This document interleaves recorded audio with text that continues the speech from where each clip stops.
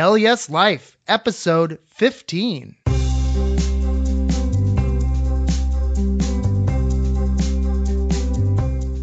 Welcome to the Hell Yes Life podcast, the show that helps you come alive so you can live a Hell Yes life. I'm your host, Norman Bell.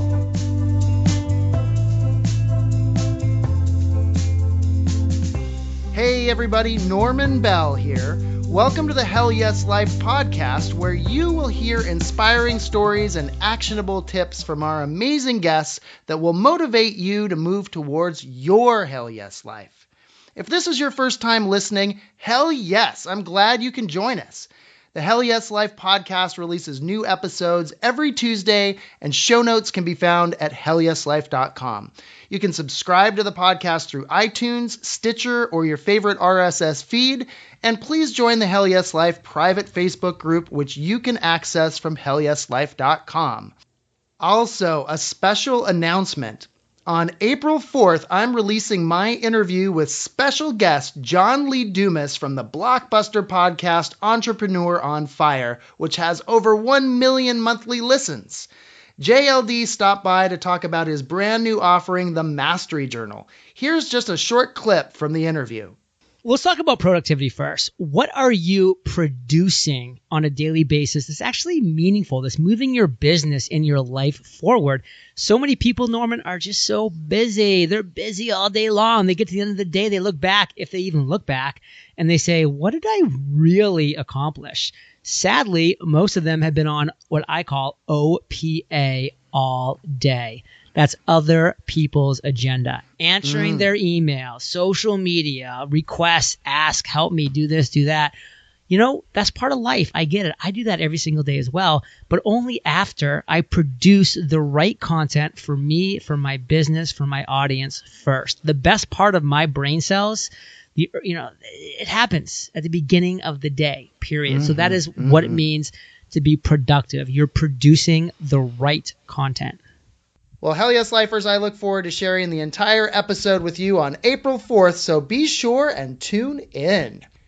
Now, let's get into today's episode.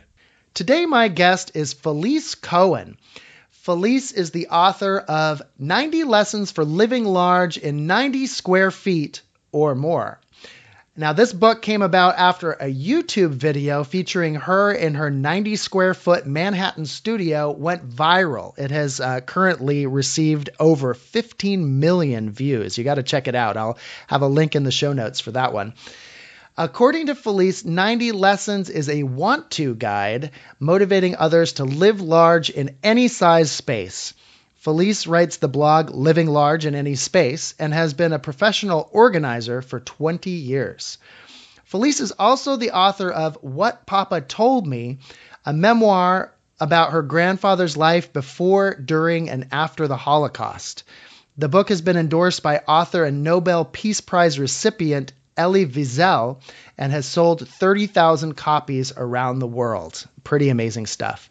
Now, in this conversation, we talk about how living in a 90 square foot apartment changed her outlook on life, how Felice almost gave up on her goal of living in the apartment for a year, and the realization she made that kept her going. We also talked about what it was like to be featured in a viral video that received 15 million views. And Felice also has some tips you might be able to use to clear out your space, which will lead to you clearing out your mind space. I'm really excited to share this conversation with Felice with you, so hell yes, let's get right to it. Felice Cohen, thank you for joining us. How are you doing today? I'm great. How are you doing? I am doing just fine. So now, Felice, are you ready to tell us about your Hell Yes life? Hell yes. All right, let's do this. Okay, so I always like to ask our guests, first question out of the gate, what is your hell yes? And by that, I mean, what is the thing that really lights you up and makes you come alive? I think for me, that is helping people turn their chaos into just a happy, organized space. And, yeah. Yeah. Okay. So you like turning from chaos to some sense of order. It seems to be your hell yes there. And when did you realize that this was your hell yes? Well, I moved to New York to be a writer and to pay the bills. I worked as an organizer. And, I would go into someone's home and it would be a mess. And just when it was easy for me to just organize it and make it neat. And just seeing how great they felt about it made me realize that I had something that I could really help other people. And I always left feeling great that I could help people with a skill that I had. That is great. That's great to find out. Now, you said you're a writer as well. So did you identify organizing as something that you had a passion for and a sort of a gift for immediately? Or was it something that you were thinking, well, I'm a writer, but I do this thing on the side and it took you a while to really recognize it? I've been an organizer since I was a kid. I had a dollhouse. I would reorganize it all the time. I had 2 walk-in closets growing up as a kid, and I would spend a lot of time reorganizing the closets. And I just loved order. I loved jigsaw puzzles. So when I came to New York, I saw that people did this for a living, and I thought, I can do this to pay the bills while I followed my other passion, which was writing. And, lo and behold, the two kind of came together. Okay. Yes. And let's get right into that then. Tell us your story about your, this apartment that you lived in for a while in New York. Yeah. So I had been working as the chief of staff to a college president, and it was a stressful job. And after 4 years, I realized this is not really what I came to New York to do. And I was organizing on the side. I said, you know what? I'm going to quit my job for a year. I had been saving a lot of money, and I said, I'm going to give myself 1 year. And I had been working on a book about my grandfather, a Holocaust survivor. And I said, I'm going to give myself 1 year to finish that book. It had been like 17 years I'd been working on it. And I said, okay, I'm going to quit my job. And I found this tiny apartment, and it was 90 square feet. And the rent was great. It was $700, which in New York is like free. It was in the Upper West Side, a great area. And I thought, I can do this. And I said, I'm going to do it just for 1 year. But, that year ended up changing my life. Tell us how that changed your life. So you're living in a 90 square foot apartment. And by the way, there's a YouTube video about this that has received 15 million views. So I think we officially qualify that as a viral video. So tell us about that. Yeah, so the apartment was 12 feet by 7.5 feet, roughly the perimeter of my Honda Accord, because I traced it on my parents' driveway. And it was this tiny place, but, I'd been working as an organizer for years, and I knew that, like the city itself, the buildings have to go up. When you organize, your stuff has to go up. So I thought, I can do this. It's just for a year. I put 77 boxes of stuff into storage, and I'm going to do this for 1 year. Well, that first night, I ended up having a panic attack because the tiny loft bed had only 23 inches of space between the mattress and the ceiling. And I freaked out, and I got out of the bed, and I thought, what am I going to do? I can't do this. There's no way I'm going to be able to spend another night here. And I had a friend stay over because I thought I'd roll out of the loft bed. And as I was freaking out, she said to me, why did you choose to live here? And I reminded myself it was to write my grandfather's book. And at that moment, I started remembering the stories my grandfather told me of what he had been through in 8 different camps and being hungry and seeing death every day. And I thought, this tiny place is paradise compared to that. I said, I'm going to be fine. And after that, I never had a panic attack again. And it turns out that living in that small space ended up making my life better. I ended up staying 5 years because the lifestyle I had created for myself suddenly was phenomenal. I had only worked part-time as an organizer, and with lower expenses, I had more free time. And that was my aha moment. That was when I realized, hell yes, I can keep living like this as long as I want. And that became the topic of my next book after my grandfather's book. And I want to talk about that for sure, both of those books, but I just want to go back to that story that you just told. So that is a really powerful example of when you got really clear about why you were doing what you were doing, and also kind of, your connection to your grandfather and what he had experienced. It gave you the strength and the stamina, or whatever you want to say, to go forward with what you were doing there. And then it turned into something else completely, it sounds like. Yeah, so many people asked, especially when the video first went viral, and I would get questions like, how do you survive in that small space? And I thought, I'm not surviving. I'm living pretty great. My grandfather had to survive. And it was, the tiny house movement now is just exploding. And I've been speaking at tiny house festivals around the country, even in Canada. And I'm talking to people about how they could live in a small space or really live large in any size space. And it's about really thinking what you want out of life. And for me, after living in this tiny space, now it showed me that I want more time to do the things I love to do. And for me, that's writing and riding my bike and spending time with family and not being in a stressful job, working just to pay a huge mortgage or rent or credit card bills for tons of stuff we don't even really need. Okay, so let's get into some of the lessons, right? So your book is called 90 Lessons for Living Large in 90 Square Feet or more. And I know we won't have time to cover all 90, but if you can kind of, give us a little bit more here. So you've learned to really pare back your life as far as stuff goes, so you can really enjoy life more. Just give some of us out there that might be thinking about like, maybe I don't need all this stuff to really pursue my hell yes life. What are some lessons that you would like to share with us? First, you got to know that more is just more. It's not going to make you happy. We think stuff makes us happy, but in the end, for so many people, we're told that the American dream is to live in a big house filled with stuff, but it's amazing how quickly that dream can turn into a nightmare.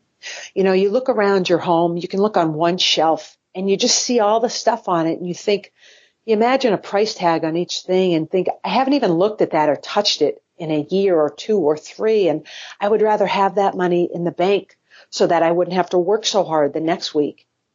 And the lessons in the book is really kind of a want-to guide to how to live the life you want to live. So it's little kind of snippets on really how to find the things to motivate you to do what you want to do. So, like I talk about just in case items, right? Everybody has those items we're holding on just in case, but we never need those items. We rarely ever go back and use those items. And when I work with people, with my clients, and we say, how to get rid of stuff, I try to get them not to think of that box, the donation box, as a helping box.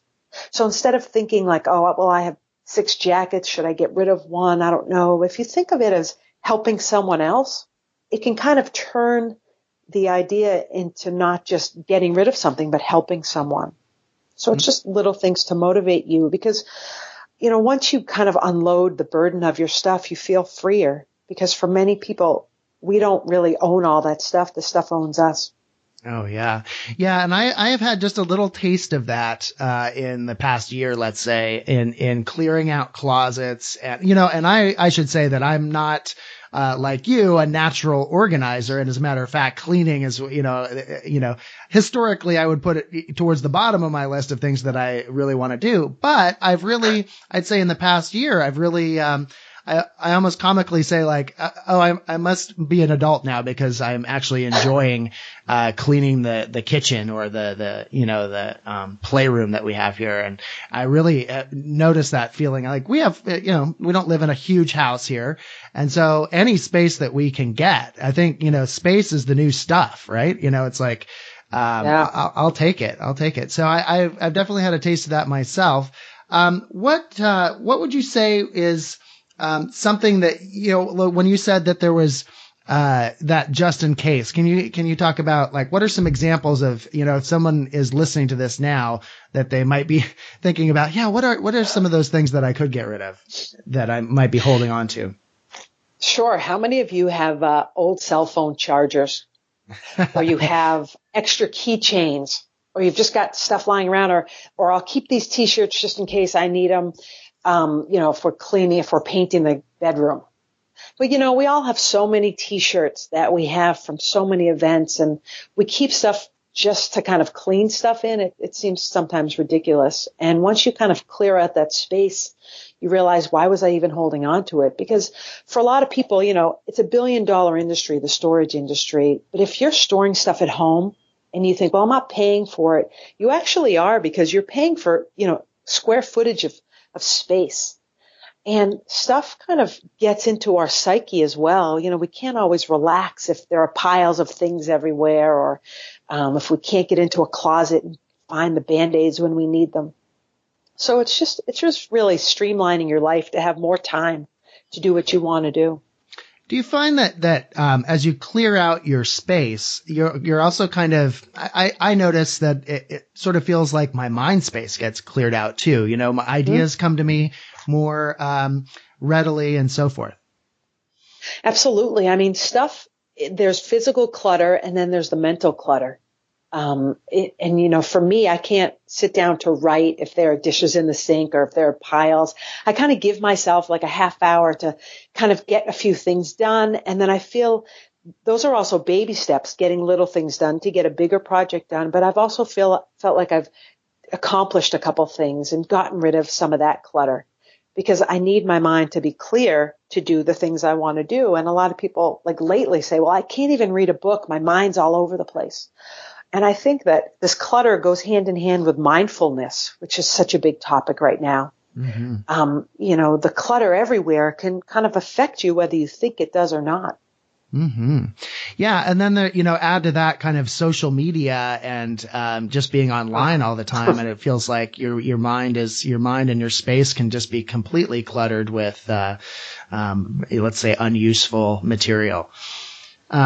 Well, can you tell me a little bit about, you're the first person I've talked to that has been the subject of a viral video. So can you tell me a little bit about that period of time for you when that video went out? How did that video come about, and then the whole experience of that going viral? I was writing a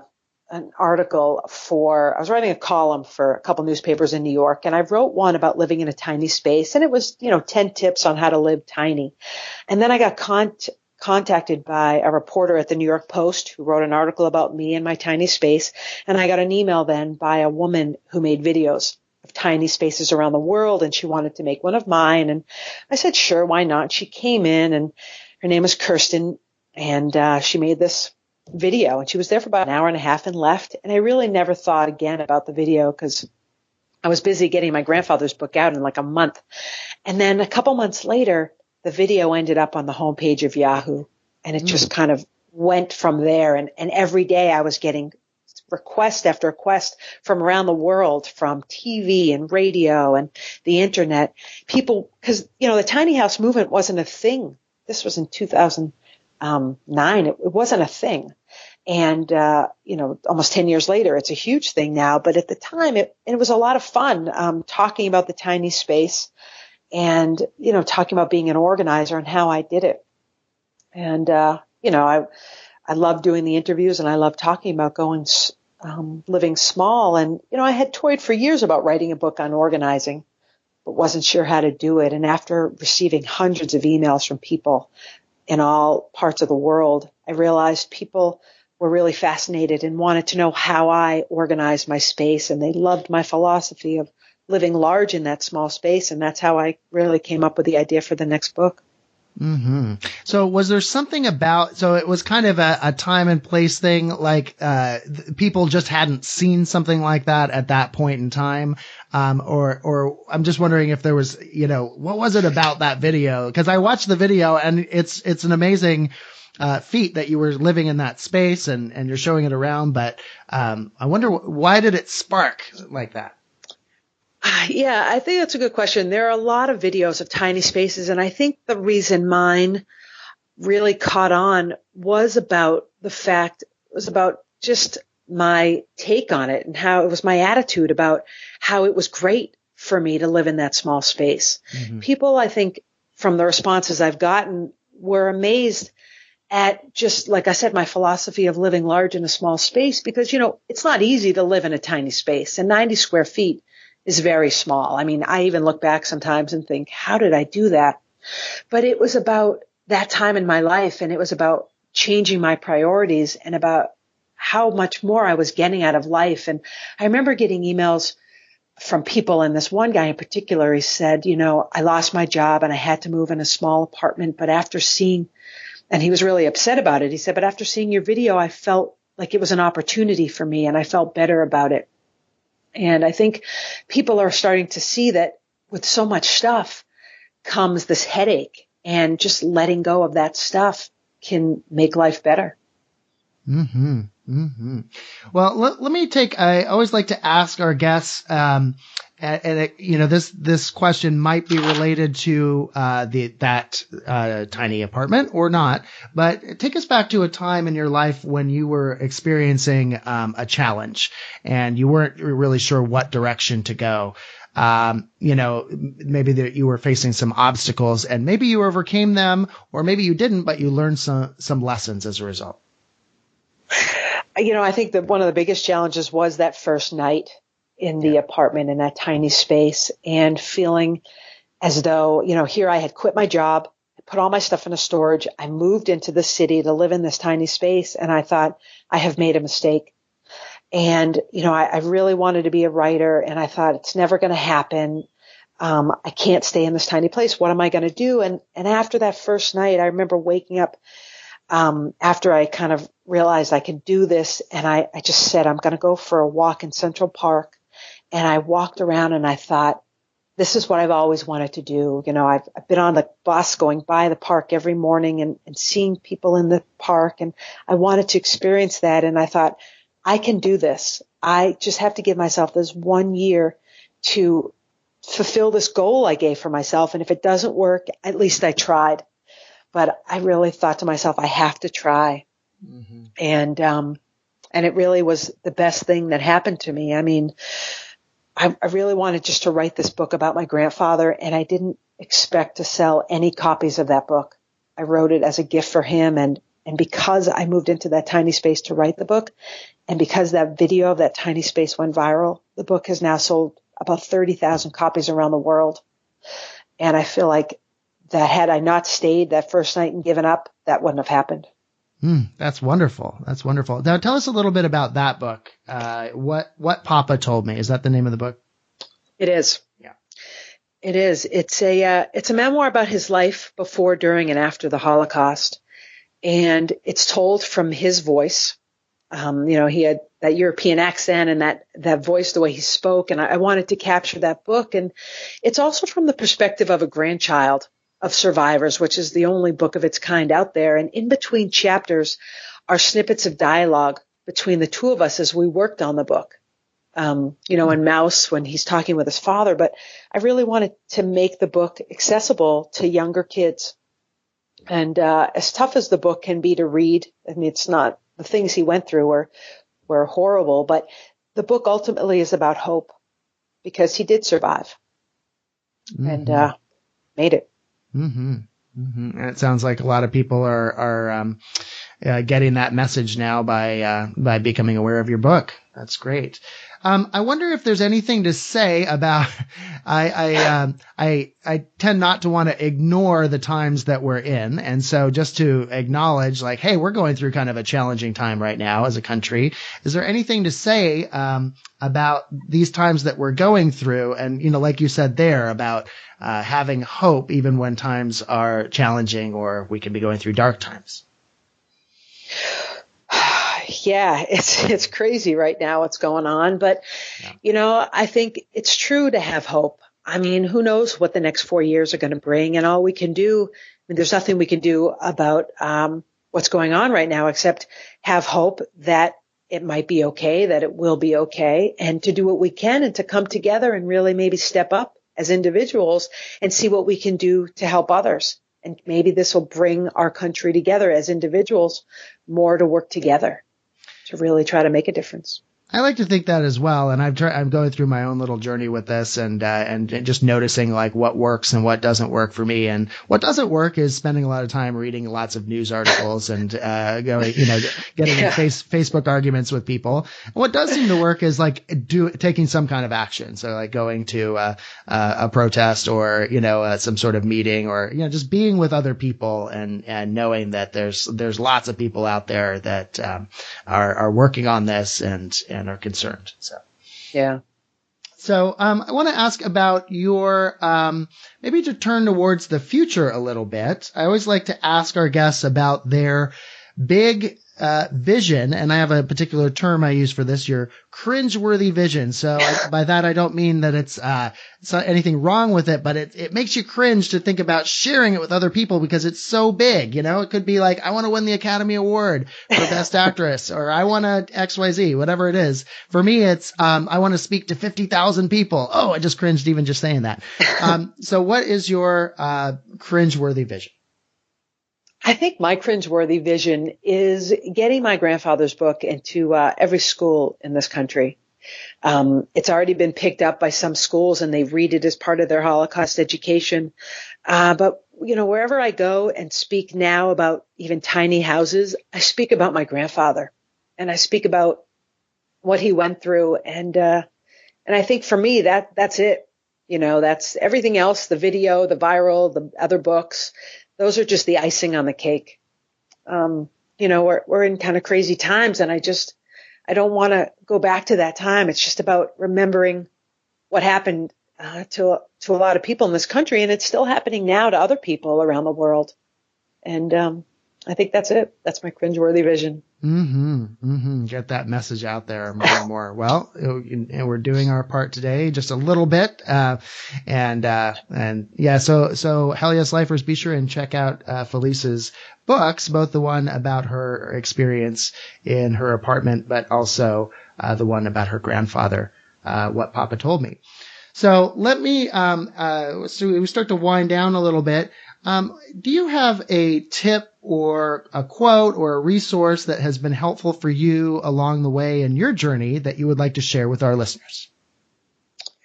I would say mine is a quote, and it's, you never fail unless you fail to try. Yeah, that's a good one. Yeah. And, kind of thinking of your story there about that first night that you had, and then you were kind of wandering around Central Park and you decided to give it a go. I wonder is there anything you could share with our listeners about anybody, who's listening right now who might be in that time, that specific time where they've just said to themselves, I'm going to try this, but now they're having some doubts. Just keep working at it every day, a little bit. And if that's your goal and that's your dream, it's great to have that, and you should have that, because what is life without a goal or a dream? We end up doing the same things every day. We go to work, we do this, but that dream keeps you going, and never give up on it. Never, because, I remember almost giving up, and that everything just kind of led to the next thing. Everything I've ever done, every job has all kind of been part of where I am now. And it's just keeping your eye on that goal. It keeps you motivated. Great advice, Felice. So hopefully some people out there are inspired to keep going on your dreams. Hell yes, you can do it. So to round things out, tell us where on the internet we can find you. My website is FeliceCohen.com, and there you can find the Twitter and email and all that stuff, Facebook. All right, great. And we will provide links in the show notes, of course. And Felice, thank you so much for joining us today. I always like to close out our time together by saying hell yes together on the count of 3. Are you ready to do that? I'm ready. I just want to say thank you again. It's been great talking with you. Oh, it's been great talking with you as well. Here we go. 1, 2, 3. Hell yes! All right. Thanks so much, Felice. Thank you. Thanks for joining me for this episode of the Hell Yes Life podcast. You can subscribe to the podcast on iTunes, Stitcher, or your favorite RSS feed. If you like the show, please leave a rating and review. And if you want to stay connected, visit hellyeslife.com and sign up for the e-newsletter and private Facebook group. Again, I'm Norman Bell. Thanks for joining me. Now let's get out there and live a hell yes life.